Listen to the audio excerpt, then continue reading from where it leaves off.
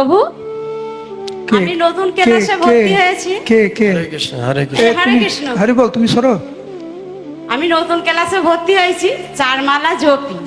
Time হচ্ছে না, প্রভুরা কাজে যায়, সকালে রান্না বান্না করতে হয়, কি করা যাবে? আপনি একটু বলুন, আপনি একটু অনুমতি দিন, কি করলে ভালো হয়? ঠিক আছে, ঠিক আছে। মাতাজি খুব সরল, কিন্তু এই অবস্থা আমাদের সবার, তাই না? মাতাজি তো সাহস করে বলছে, আর তোমরা বলবে পড়াশোনা আছে, মায়েরা বলবে বাচ্চা কাচ্চা আছে, রান্না করতে হবে, প্রভুরা বলবে ব্যবসা বাণিজ্য আছে। মৃত্যু যখন আসবে আপনার কাছে, আপনি বলবেন যে প্রভুর নাম করতে পারেন, যে তোমার বাচ্চা কাচ্চা ছিল, সংসার ছিল, বলতে পারবেন? সে সাহস আছে আপনার? সময় পাবো না তো। মৃত্যুর সময় বলতে পারবেন? না, বলতে পারবো না। ওটা একটু মনে রাখবেন। মৃত্যুর সময় কেউ আপনাকে বাঁচাতে আসবে না, না আপনার সন্তান, না আপনার সংসার, না কোনো কিছু। সেই জন্য ক্লাসের আগে আমি প্রথমেই বলছিলাম, আমাদের একটা সামঞ্জস্য নিয়ে আসতে হবে। স্ত্রী হিসাবে কিছু কর্তব্য রয়েছে, স্বামী হিসাবে কিছু কর্তব্য রয়েছে, পুত্র কন্যা রূপে কিছু কর্তব্য, কিছু জাগতিক আমাদের কিছু কর্তব্য রয়েছে। সেইটা করতে গিয়ে ভগবানকে পুরো ভুলে গেলাম। আপনি বলছেন এত ব্যস্ত, দিনের শেষে আপনি খুব খুশি, খুব খুশি। দিনের শেষে আপনার মনে হয় যা কি আনন্দে পেলাম আজকে সংসার করে, ছেলে মেয়েকে মানুষ করে, আহ কি তৃপ্তি আমার, এইটাই প্রকৃত আনন্দ। এরকম কখন মনে হয়েছে? না না, আমার ইচ্ছা আমি সবসময় ভগবানকে ডাকবো। হ্যাঁ কিনা বল? আনন্দ হয় না কষ্ট হয়? কষ্ট হয়। মাতাজি একটা কথা বললেন, আমার ইচ্ছা হয় কিন্তু পারি না। এই কথাতে কারা কারা বিশ্বাস করে? হাত তুল। ইচ্ছা হয় কিন্তু পারি না। আবার বলছি, আমার ইচ্ছা হয়, আমি সত্যিকারের চাই কিন্তু পারি না। হাত তুলুন। তাহলে বাংলা যেটা কথা আছে, ইচ্ছা থাকলে উপায় হয়, ওটা তাহলে ভুল।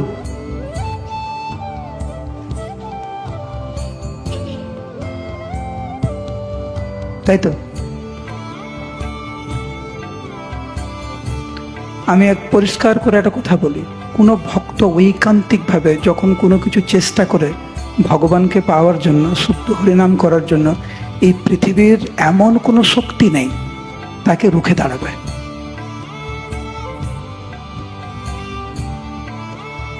কোনো শক্তি নাই। কোনো ভক্ত যখন ঐকান্তিক ভাবে শুদ্ধ নাম করতে চায়, ষোলমালা জপ করতে চায়, দদামি বুদ্ধি যোগম তাম ইয়ে নামাম উপায়ন্তিতে, ভগবান বলছেন আমি তাকে সেই বুদ্ধি প্রদান করি যার ফলে সে আমার কাছে আসতে পারে। আমাদের সৎ ইচ্ছার অভাব, তো মুখে বললে হবে না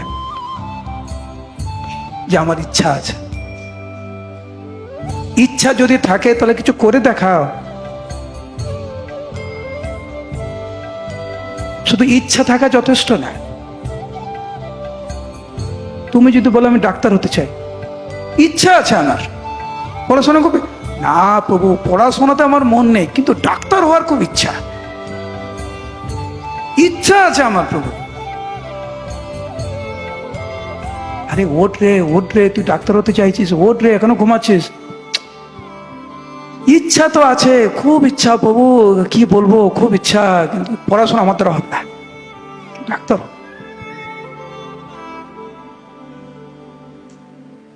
ইচ্ছাটা আপনার কি, সেটা প্রকাশ পাবে আপনার কর্তব্যের মাধ্যমে, আপনার কাজের মাধ্যমে প্রকাশ পাবে আপনার কি ইচ্ছা। জপের সময় কথা বলবো, জপের সময় ঘুমাবো, তারপরে বলবো প্রভু আমার না খুব ইচ্ছা জপ করা, ভালো জপ করা। আরে তোমার জপের সময় ঘুম পাচ্ছে, তুমি দাঁড়াও। তোমাকে কে বলেছে বসে বসে ঘুমাতে? না না প্রভু, আমার কিন্তু খুব ইচ্ছা জপ করা। আরে করো, তোমাকে আটকাচ্ছে কে? ইচ্ছাটা প্রকাশ পাবে কাজের মাধ্যমে। আমি যে ডাক্তার হতে চাই সেটা কিভাবে বুঝতে পারবো? মন দিয়ে পড়াশোনা করছে, অনেক কিছু ত্যাগ করছে, বন্ধুরা খেলাধুলো করছে, পড়াশোনা করছে। কষ্ট না করলে কৃষ্ণ মিলবে না, মনে থাকে। আর কি প্রশ্ন? আর কোন প্রশ্ন? দিকে মাইকটা একটা করে প্রশ্ন করবে, একটা। হরে কৃষ্ণ বাবু, দ্বন্দ্ব। হরে কৃষ্ণ প্রভু, হরে কৃষ্ণ, হরে কৃষ্ণ, হরে কৃষ্ণ। বলো। 16 মালা জপ যে করতে হবে, একটা না করতে হবে 16 মালা, না পাট পাট করে করা চলবে? সবচাইতে ভালো যদি একটানা করতে পারো। প্রভুপাদ বলেছেন যে ভক্ত সকাল সকাল জপ করে নেয়, মায়া তাকে স্পর্শ করে নেয়। প্রভুপাদের কথা, আমার কথা না। যদি সম্ভব হয় সকালবেলা একটানা 16 মালা জপ করতে, ওইটাই সবচাইতে ভালো। কোনো কারণে যদি না পারো, পার্ট বাই পার্ট করতে পারো, কিন্তু যখনই করতে বসবে মন দিয়ে করবে। ঠিক আছে? আর কোনো প্রশ্ন? প্রভুদের আর কোনো প্রশ্ন? মায়েদের কোনো প্রশ্ন জপ নিয়ে? ওকে। হরে কৃষ্ণ কৃষ্ণ কৃষ্ণ হরে হরে, হরে রাম রাম রাম হরে হরে। শিল প্রভুপাদ কি, শ্রী গৌর নিতাই কি, সমবেত গৌর ভক্ত বৃন্দ কি, নিতাই গৌর প্রেমানন্দে। গুরুদেবকে প্রভাবিত করে। আমরা যে খারাপ অভ্যাসের কথাগুলো বলছি জপ সময়, এটা তো নাম অপরাধ স্তরে।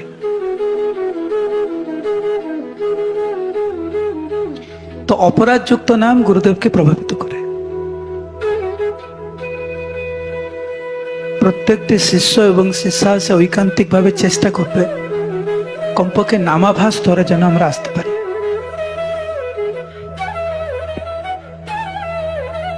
আমরা যদি ঐকান্তিক ভাবে ভালোভাবে জপ না করি, প্রভাবিত করে তো।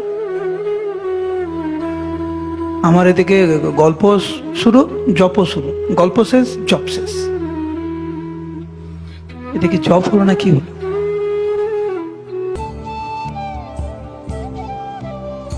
সেই জন্য আমার তো এখন বলা শেষ হয়নি, তো এখন বলা শেষ করুন।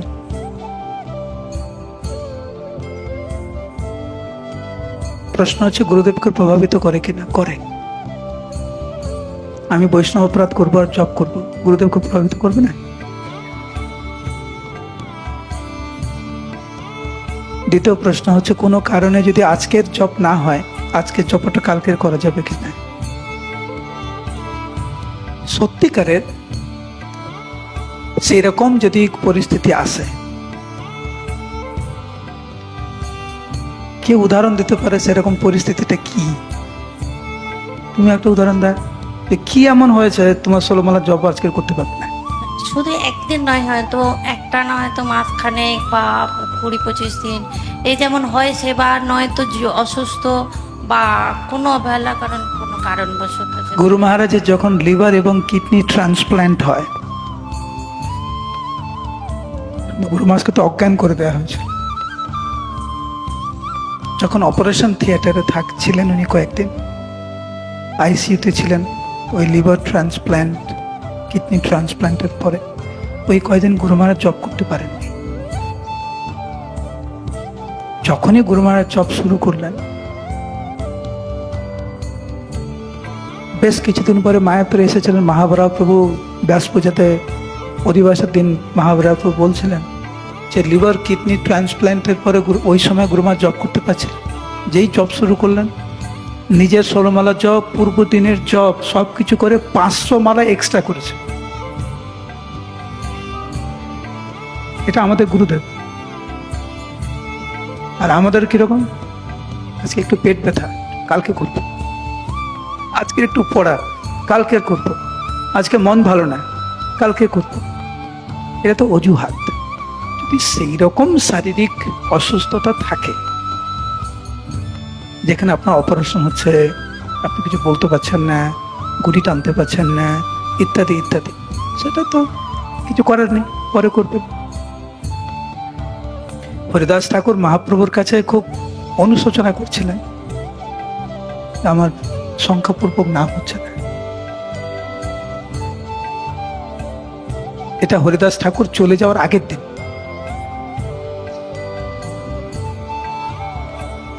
নাম আছে আর্য হরিদাস ঠাকুর, কোনো অজুহাত দিচ্ছিলেন না। আমরা যেন এটাকে অজুহাত না ভাবি, কিন্তু সত্যিকারের ওই রকম জটিল পরিস্থিতি যদি আমাদের আসে, পরে করে নিতে পারে।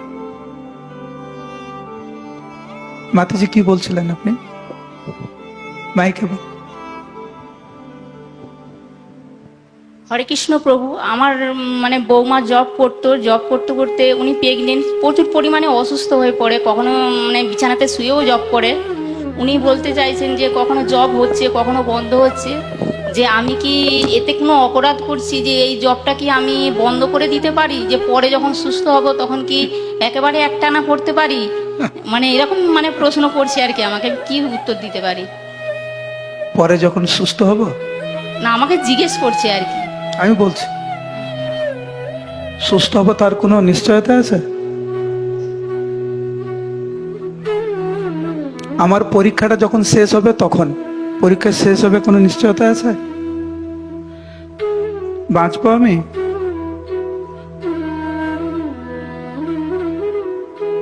নিশ্চয়তাটা কে দিচ্ছে? কে গ্যারান্টি দিচ্ছে আপনাকে? সেই জন্য হরিদাস ঠাকুরের তো মনোভাব, আমার শরীর যদি খণ্ড খণ্ড করে কেটে ফেলে, তবু আমি হরিনাম ছাড়বো না। ভগবানকে পাওয়া এত সহজ? আমরা আরামে ভগবানকে পেতে চাই, তাই না? আরামে পেতে চাই, কোনো কষ্ট করবো না। কিন্তু কষ্ট না করলে কেষ্ট মিলবে না তো। শারীরিক অসুস্থতা আসবে, মানসিক অসুস্থতা আসবে, পরিবেশ প্রতিকূল হবে, পাড়া প্রতিবেশী অনেক কিছু বলবে, কিন্তু আমরা যদি হরিনাম ছেড়ে দেই,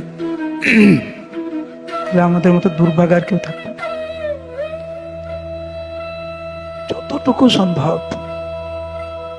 করা উচিত।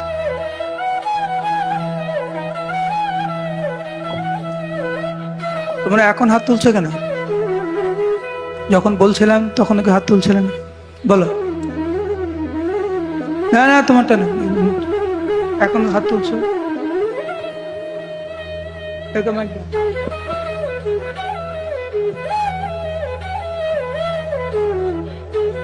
ও প্রণাম। প্রণাম প্রণাম, বলো বলো বলো। জব জব যদি কেউ কম বেশি করে, কিছু মানে কম করে ফেলে কোনো সময়, কি এফেক্ট যেমন গুরু মহারাজের উপরে পড়ে, সেরকম কি লিডারের উপরে পড়তে পারে? হরে কৃষ্ণ।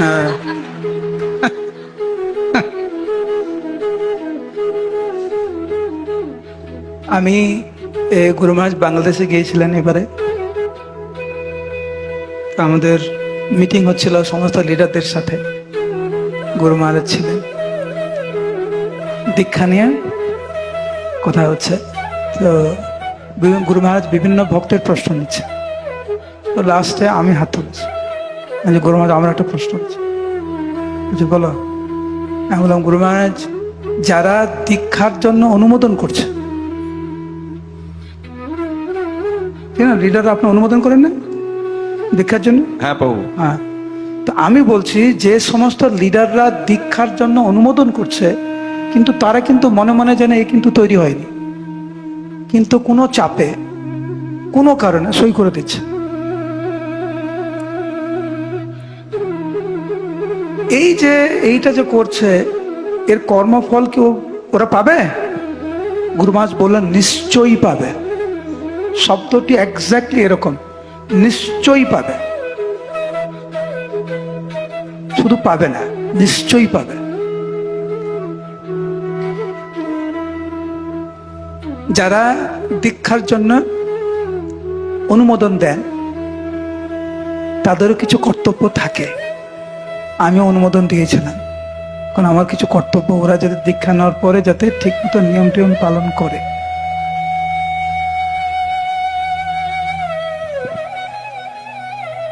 কিছু তো অংশ তো প্রভাব পড়ে প্রভু,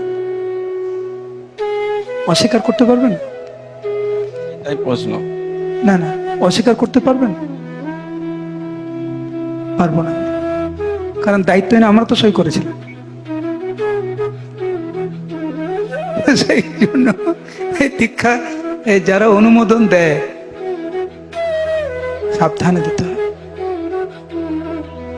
শুধু আমার গ্রুপের, আমি দেখাবো আমার গ্রুপ থেকে 10 জন, আরে তোমার গ্রুপ থেকে 2 জন, দেখো আমার গ্রুপ থেকে 10 জন, এরকম না করে শিষ্যদের গুণগত মানের উপরে একটু একটু মনোভাব রেখে